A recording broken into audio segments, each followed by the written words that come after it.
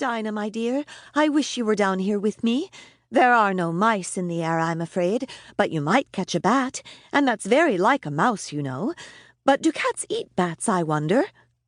And here Alice began to get rather sleepy, and went on saying to herself in a dreamy sort of way, "Do cats eat bats? Do cats eat bats? And sometimes, do bats eat cats?" For, you see, as she couldn't answer either question, it didn't much matter which way she put it. She felt that she was dozing off, and had just begun to dream that she was walking hand in hand with Dinah, and saying to her very earnestly, "Now, Dinah, tell me the truth. Did you ever eat a bat?" When suddenly, thump, thump, down she came upon a heap of sticks and dry leaves, and the fall was over. Alice was not a bit hurt, and she jumped up onto her feet in a moment. She looked up, but it was all dark overhead.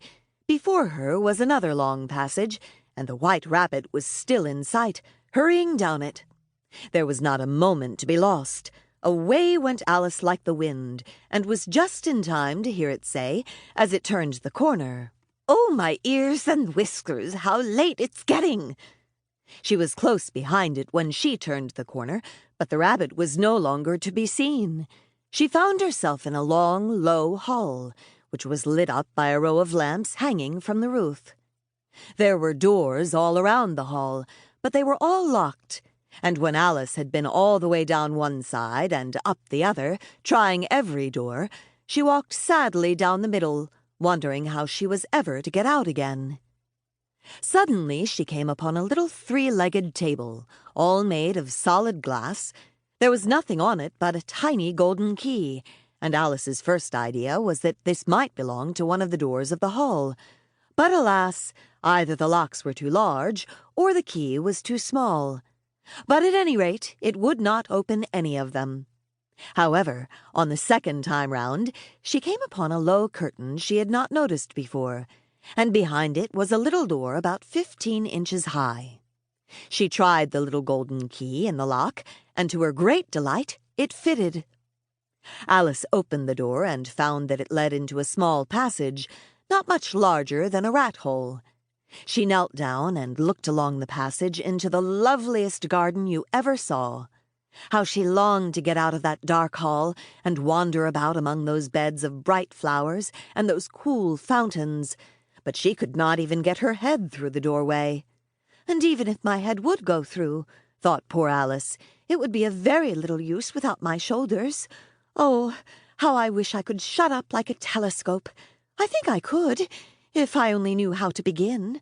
For you see, so many out-of-the-way things had happened lately that Alice had begun to think that very few things indeed were really impossible.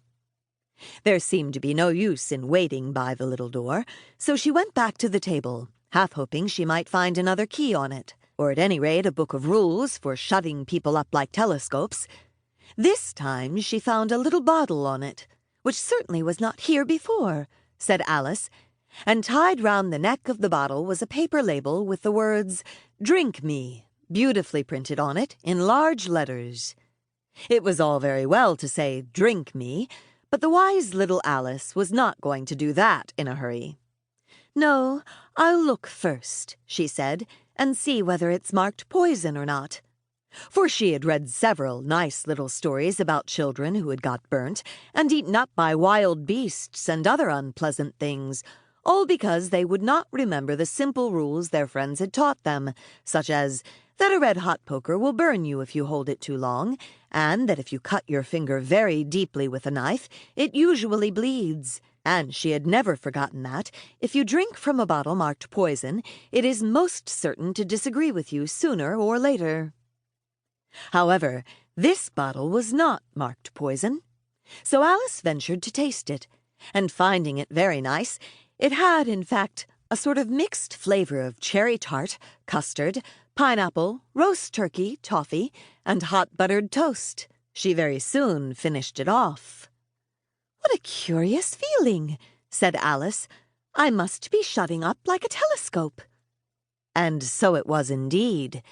She was now only 10 inches high, and her face brightened up at the thought that she was now the right size for going through the little door into that lovely garden.